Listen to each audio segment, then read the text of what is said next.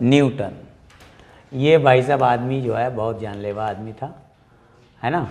Newton's law of cooling पर आएंगे। ये बहुत तेज आदमी था। ये तेज था कि नहीं था भाई? बहुत ही जानलेवा आदमी था। Newton's law of cooling. इन्होंने कहा देखो बस बहुत हो गया तुम्हारा, अब हमारी बात सुनो, ठीक है। हाँ, तो अभी मान लो कि मेरे लिए जो कि आती नहीं है, लेकिन मैं मान ले रहा हूँ कि आ रही है कहीं से, और ये जो है 1 कप चाय आ गई, ठीक है जी। तो अगर 1 कप चाय इसमें आ गई है तो मैं चाय पीऊँगा, ऑब्वियस बात है ये तो, कि ना पीऊँगा। अब मेरे पास चाय आ चुकी है और ये चाय भरी हुई है इसके अंदर, पूरी भर लो यार, ऐसे अच्छे से भर लो अपनी चाय भरी हुई है। अब मैं चाय पीता हूँ कमरे में मान लो, तो जब मैं चाय पीऊँगा तो मेरी चाय के वजह से क्या किसी को गर्मी लगेगी? ऐसा होगा कि मेरी चाय मान लो यहाँ पर रखी हुई है और आप कहो कि यार चाय की वजह से सराउंडिंग का टेम्परेचर बदल गया है और बहुत गर्मी लग रही है यार, ये अच्छी बात नहीं है। ऐसा होगा क्या? तो अभी न्यूटन ने भी कुछ इसी तरह की सोच के साथ बात की है कि उसने कहा कि अगर कोई ऑब्जेक्ट आपने यहाँ रखा है जिसका टेम्परेचर मान लीजिए कि किसके बराबर है, TO, ऑब्जेक्ट का टेम्परेचर TO है और सराउंडिंग का टेम्परेचर क्या है, TS है, और जो ऑब्जेक्ट का टेम्परेचर है वो सराउंडिंग के टेम्परेचर से बहुत ज़्यादा नहीं है। समझ में आ रही बात कि नहीं? इन्होंने क्या एजम्पशन लिया कि the temperature of object is approximately equal to temperature of surrounding. दूसरे शब्दों में आप कह सकते हो कि टेम्परेचर ऑब्जेक्ट का जो है वो सराउंडिंग से ज़्यादा तो है लेकिन बहुत ज़्यादा भी नहीं है।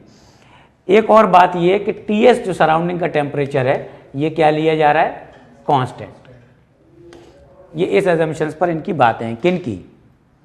न्यूटन्स लॉ ऑफ कूलिंग की बात है, और कोई खास बात नहीं। इन्होंने सीधे सीधे कहा, इन्होंने कहा यार देखो ऐसा है कि ये कहानी तुम लोगों ने बहुत फैला दी है, स्टीफन टाइप के लोग जो हैं बहुत ज़्यादा ही दिमाग खा लिए लोगों का।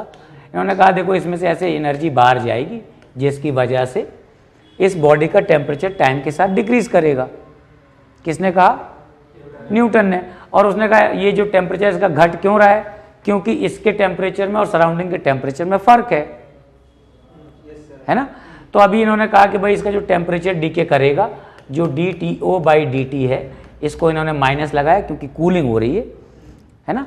इन्होंने कहा ये जो किस पर डिपेंड करेगा, किसके प्रोपोर्शनल होगा, इन्होंने कहा ये TO - TS के प्रोपोर्शनल होगा। सीधी सी बात, ज़्यादा इसमें फैलाने की आवश्यकता नहीं, T⁴ 4 की आवश्यकता ना आए। किसने कहा? ये न्यूटन ने। अब इन्होंने कहा कि प्रोपोर्शनलिटी साइन को अगर हटाना है तो कोई कांस्टेंट लगा लो, तो इन्होंने कहा कि लगा लो कांस्टेंट, किसी को लगाना है तो ये TO - TS के इतनी ये जो इक्वेशन बन के आई, इसको नाम दिया गया न्यूटन्स लॉ ऑफ कूलिंग। लेकिन आपको पता है कि ये जो भी आपके सामने न्यूटन्स का लॉ है ये कुछ एजम्पशंस पर बेस्ड है, और वो एजम्पशन क्या है? हाँ, ऑब्जेक्ट का टेम्परेचर सराउंडिंग के टेम्परेचर से बहुत ज़्यादा नहीं है ना। ऐसा नहीं है कि आप सूरज का एक टुकड़ा ला के अर्थ पर ठंडा कर लो, समझ रहे बात को? ऐसा भी नहीं है।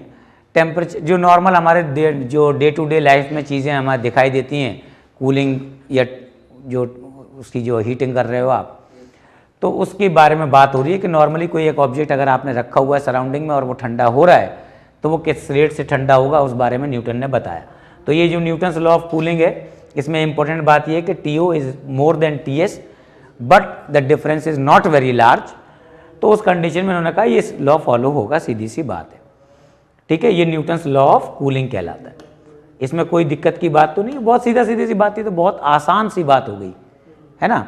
अब लेकिन लोगों ने सोचा कि यार अब न्यूटन ने अपनी बात कही है तो हम इसको थोड़ा एग्जिस्टिंग जो हमारे पास थेरीज है उनसे इसको वेरीफाई करते हैं, करना चाहिए। तो न्यूटन ने तो अपनी बात बहुत सहज तरीके से रख दी कि उसने कहा भाई साहब जो कूलिंग होगी वो इस बात पर डिपेंड करेगी कि ऑब्जेक्ट का टेम्परेचर अगर ज़्यादा है सराउंडिंग से तो जो डिफरेंस है उस पर डिपेंड करेगी। अच्छा, एक बहुत सिंपल सी बात पहले न्यूटन ही की बात कर लें। जैसे मान लो मैंने कहा कि मेरे पास एक बकेट है, उस बकेट में वाटर है। इस बकेट का जो टेम्परेचर है, वो पानी का जो टेम्परेचर है वो मैंने कहा भाई साहब 75 डिग्री सेल्सियस है, और सेम आइडेंटिकल एक दूसरी बकेट है ना, और उसमें भी सेम अमाउंट ऑफ वाटर है, लेकिन यहाँ पर टेम्परेचर 50 डिग्री सेल्सियस है, ठीक है, 2 बकेट में आपने पानी रख दिया, एक में 75 डिग्री सेल्सियस, एक में 50 डिग्री सेल्सियस। तो अभी किस में पानी जल्दी ठंडा होगा? ऑब्वियसली कि इसका पानी इसका कूलिंग रेट ज़्यादा होगा, इसका कूलिंग रेट कम होगा। यहाँ तक कोई डाउट की बात तो नहीं, कोई घबराने की बात तो नहीं। अब देखो एक और बात आती है छोटी सी, जैसे वो आपसे कहेगा कि भाई साहब आपने अपने बकेट में वो पानी गर्म करके भर लिया यहाँ तक, और ये पानी है आपका करीब 90 डिग्री सेल्सियस पर, और ये पानी है 5 किलोग्राम के आसपास, या 5 लीटर पानी है आपके पास। फिर क्या हुआ कि आपके ससुराल से किसी का फ़ोन आ गया, जो आके नहीं आएगा आपके पास, मेरे पास आ गया मान लो, है ना। 90 डिग्री सेल्सियस का 5 लीटर पानी था। अभी इसमें मेरे को स्पेस खाली था, ये 90 डिग्री से नहाना है मुझे इस पानी से। तो अभी एक तो ये है कि मैं 90 डिग्री सेल्सियस पर ये जो 5 लीटर वाटर है इसको छोड़ दूं और फ़ोन को अटेंड करूं। दूसरा तरीका मेरे पास ये है कि मैं इसमें क्या करूं, ठंडा पानी मिला दूं और पूरी बकेट भर दूं और फिर फ़ोन पर बात करूं। तो मुझे क्या करना चाहिए ताकि मुझे नहाते समय पानी ज़्यादा ठंडा ना मिले? पानी तो ठंडा मिलेगा क्योंकि अब तो फ़ोन आ ही गया है ना। तो अभी ये जो 5 लीटर पानी था, गर्म था 90 डिग्री सेल्सियस पर, इसको छोड़ दूं और फ़ोन पर बात करके फिर ठंडा पानी इसमें मिलाऊं, या पहले ठंडा पानी मिलाऊं और फिर फ़ोन पर बात करके फिर उससे नहाऊं? पहले इसमें ठंडा पानी मिला दिया जाए और फिर बात करके और फिर उसी पानी से नहा लिया जाए शांतिपूर्वक, जितना ठंडा हो चुपचाप उसको सहन किया जाए, है ना। ऐसा क्यों? क्योंकि अगर आपने मान लो इसमें पहले पानी नहीं मिलाया तो अभी सराउंडिंग का टेम्परेचर है मान लो 15 डिग्री सेल्सियस, ठीक है। तो अभी क्या होगा, ये बहुत तेजी से हीट को बाहर निकालेगा और बहुत जल्दी से ठंडा होगा, है ना। लेकिन अगर इसमें मैंने पानी मिला दिया, बहुत तेजी से ठंडा होगा, क्योंकि बहुत तेजी से हीट को ट्रांसफर करेगा बाहर की तरफ। समझ में आ रही बात? According to Newton's rate of cooling हमें पता है कि अभी हाई टेम्परेचर डिफरेंस है, एनर्जी बहुत तेजी से बाहर जाएगी, बहुत तेजी से ठंडा हो जाएगा ये। लेकिन अगर मान लो मैंने इसको कर दिया, यहाँ पर पानी वानी मिला के इसका टेम्परेचर मैंने कर दिया 45 डिग्री सेल्सियस, या मैंने इसको 40 डिग्री सेल्सियस पे ले आया या 30 डिग्री सेल्सियस पर ले आया। 30 पे तो वैसे ही ठंड लग जाएगी, 40 थोड़ा ठीक है। बॉडी टेम्परेचर से 1 डिग्री टेम्परेचर ज़्यादा होना चाहिए पानी का, उससे ज़्यादा नहीं गर्म होना चाहिए। जब आप नहाते हैं ना तो आपका बॉडी टेम्परेचर जो होता है उससे 1 डिग्री ज़्यादा गर्म रखो, बस पानी ज़्यादा नहीं कि कहने लगा पूरा बल्ले खोलते हुए से नहा लिए, बॉडी के बहुत सारे पार्ट पक चुके हैं, है कि नहीं। तो अभी यहाँ पर टेम्परेचर मान लो मैंने 40 करके छोड़ा और अब 15 डिग्री सेल्सियस पर, अब ये जो एनर्जी रेडिएट होगी या बाहर जाएगी वो क्या होगी, कम होगी। तो अब जब मैं 1 घंटे के बाद या आधे घंटे के बाद या 15 मिनट के बाद जब नहाने आऊँगा तो मुझे पानी रिलेटिवली 37 पर या 36 पर मिल सकता है। लेकिन अगर यही पहले जाके आके 50 पर आ गया और फिर मैंने इसे पानी मिलाया और फिर ये 20 पर आ गया और फिर मेरा हो गया कार्यक्रम समाप्त। समझ गए? तो ये न्यूटन्स लॉ ऑफ कूलिंग से कुछ फंडामेंटल जो फिनोमिनाज हैं, physic phenomenas, day to day phenomenas हैं, उस पर आइडिया लगाने में आसानी होगी। खैर, न्यूटन्स लॉ ऑफ कूलिंग हमारे पास आ गया था कि अगर कोई ऑब्जेक्ट है जिसका टेम्परेचर TO है, बाहर आपके पास सराउंडिंग है, सराउंडिंग में ये टेम्परेचर ज़्यादा है, कूलिंग हो रही है, तो DTO that is rate of cooling, DTO by DT in minus, ये पूरा टर्म कहलाता है रेट ऑफ कूलिंग। ये किसके इक्वल आता था? According to Newton K times of TO minus TS के इक्वल। इसमें कोई समस्या? ठीक है। अभी इस लॉ को कैसे यूज करेंगे वो हम बाद में देखेंगे, है ना। पहले हम देखेंगे स्टीफेंस लॉ से ये कैसे आया, स्टीफेंस लॉ से इसको वेरीफाई करने की कोशिश करेंगे। न्यूटन ने दिया है तो सही तो हो गई, बस अब हम वेरीफाई कर लें और कोई ख़ास बात नहीं। तो अभी हम स्टीफेंस लॉ से इसका वेरिफिकेशन देखेंगे। तो स्टीफेंस लॉ का यूज़ करेंगे, Stefan's law for verification of, हाँ, verification of Newton's law of cooling, NLC। NLM तो आपने पढ़ा ही था, अब NLC भी आ गया। ठीक है जी। अब देखो क्या है, ये कोई ऑब्जेक्ट है, मान लो इसका टेम्परेचर TO है, बाहर सराउंडिंग है TS, तो यहाँ से कुछ नेट हीट इधर जा रही होगी, जाएगी कि नहीं जाएगी? तो अभी आपने कहा यार जो हीट जाएगी स्टीफेन के अकॉर्डिंग dQ बाई dt वो कितनी होनी चाहिए?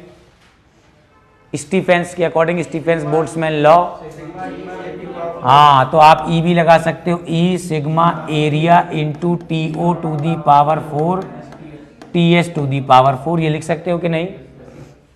इसमें कोई समस्या की बात नहीं है, पक्की बात है। अच्छा बताओ, टी ओ ज़्यादा है कि टी एस ज़्यादा है?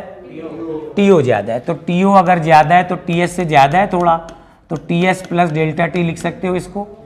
What is delta T? T O minus T S, T O minus T S, है ना। अभी मैंने कहा यार एक काम करते हैं, अब ये अगर मान लो यहाँ से हीट बाहर जा रही है तो इसका जो टेम्परेचर होगा वो टी ओ से थोड़ी देर के बाद कितना हो जाएगा? T O minus D T O, थोड़ा कम हो जाएगा, नहीं होगा? तो आप जो डी क्यू एनर्जी आपकी गई, इसको आप क्या लिखोगे? M into S. S is what? इसका टेम्परेचर घटा है तो जितनी एनर्जी बाहर गई उसके करस्पॉन्डिंग टेम्परेचर में कमी आएगी, उसको आप एम एस डेल्टा थीटा से लिख सकते हो, है ना। तो एम एस डेल्टा थीटा की जगह क्या लिखोगे? माइनस टी ओ, तो माइनस आपने बाहर निकाल लिया, अपॉन डी टी लिख दिया, is equal to E sigma into A लिख दिया। अब ध्यान से देखना, ये क्या लिखा हुआ? T O to the power 4 लिखा है कि नहीं? और उधर टी ओ की वैल्यू आपको दी गई थी, ये कितनी दी गई थी? T S plus delta T to the power कितना है भाई जी? 4, और minus T S to the power 4 भी है। इस इक्वेशन में से, इस वाले टर्म में से टी एस को अगर बाहर निकालेंगे तो क्या बनेगा? तो आपके पास जो इक्वेशन आ रही है उसको मैं यहां लिखता हूं, M S D T O by D T is equal to, आपने किसको बाहर निकाला? यहां से टी एस को बाहर निकाला, और टी एस यहां पर पहले से था तो पूरा टी एस बाहर निकाल लेता हूं। तो T S to the power 4 को मैंने बाहर निकाल लिया, मेरे पास आ गया 1 plus delta T by T S, और ये टू दी पावर कितना है? 4 है, और माइनस ये 1 आ गया। अब आपको पता है कि अगर डेल्टा टी छोटा है, डेल्टा टी क्या है? अगर छोटा है तो 1 plus X to the power N, binomial expansion, 1 plus X to the power N को आप अप्रॉक्सीमेटली क्या लिख सकते हो? 1 प्लस एन एक्स। तो अभी जैसे आप इसको आगे लिखोगे, कुछ छूटा है यहाँ पर, कुछ छूटा है, बहुत सारी चीज़ें छोड़ दी मैंने, ई सिग्मा ए भी छूट गया, ई सिग्मा ए, हाँ कांस्टेंट अभी ले लेंगे, जल्दी से लेने की क्या आवश्यकता है, तो देखिएगा ध्यान से। तो हमारे पास आ चुका है minus M S D T O by D T is equal to E sigma A T S to the power 4, और ये 4 इधर आ जाएगा, और ये 1 से 1 उसके बाद कैंसिल हो जाएगा, तो ये कितना आ गया? 4 भी बाहर आ गया, और डेल्टा टी ये आ गया आपके पास, अपॉन टी एस भी आ गया। तो अभी जरा इसको सिंप्लीफाई करो, तो minus D T O by D T की वैल्यू कितनी आ रही है आपके पास? 4 E sigma A T S to the power 4 divided by cube, sorry cube divided by M into S, और डेल्टा टी बचा ना यहाँ पर, ये डेल्टा टी को क्या लिख सकते हो आप? T O minus T S, T O minus T S. इस पूरे टर्म को आप के लिख सकते हो, कांस्टेंट लिख सकते हो। तो आपके पास न्यूटन्स लॉ ऑफ कूलिंग आ गया कि नहीं आया? तो D T O by D T is equal to K times of T O minus T S. तो ये आ गया आपके पास क्या? Newton's law of cooling. कोई मुश्किल बात है इसमें? पक्का कोई मुश्किल बात नहीं?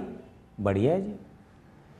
तो न्यूटन्स लॉ ऑफ कूलिंग को आपने वेरीफाई भी कर लिया आसानी के साथ स्टीफेंस लॉ से।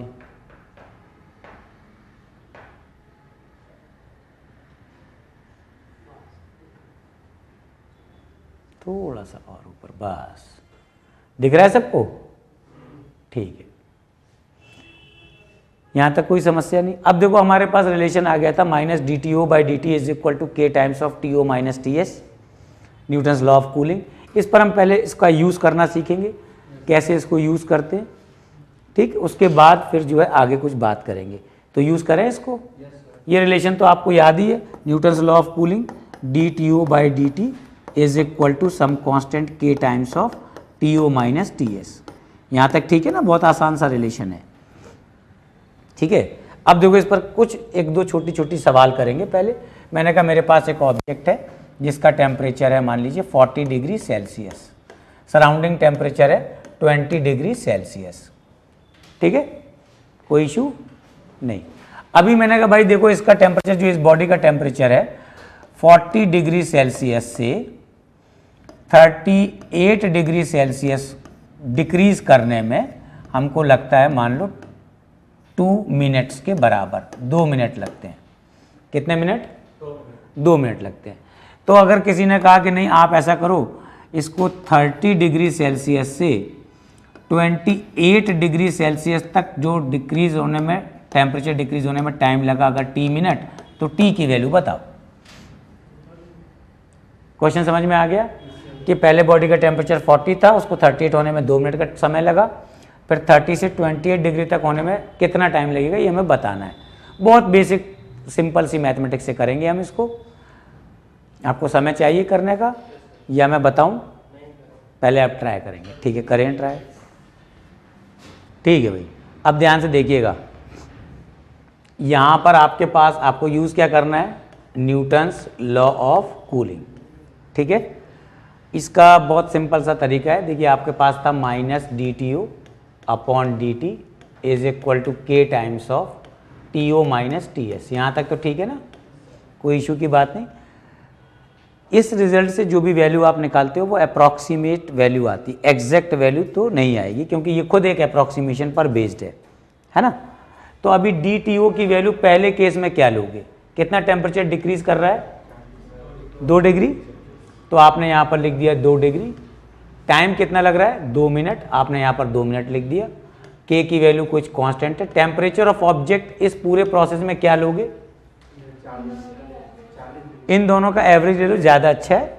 बाकी 40 भी लोगे तो बहुत ज़्यादा फर्क नहीं पड़ेगा, बट एवरेज ले लोगे तो अच्छी बात है। तो एवरेज टेम्परेचर, क्योंकि बॉडी का टेम्परेचर 40 से 38 हो रहा है, तो अच्छी बात नहीं है कि आप 40 यूज़ करो या 38 यूज़ करो। बेहतर बात क्या है कि आप टेम्परेचर ऑफ ऑब्जेक्ट 39 यूज़ करो, जो कि इनका एवरेज है 40 + 38 अपॉन 2। तो ऑब्जेक्ट का टेम्परेचर आपने देखा 40 + 38 अपॉन 2, और सराउंडिंग का टेम्परेचर आपको दिया गया था 20। ये टेम्परेचर ऑफ सराउंडिंग है आपके पास, ठीक है ना, इसमें कोई इशू तो नहीं। अब दूसरे केस में अगर आप देखो तो फिर से वही बात, टेम्परेचर कितना डीके कर रहा है? 2 डिग्री। टाइम कितना लिख रहा है? टी, के की जगह के।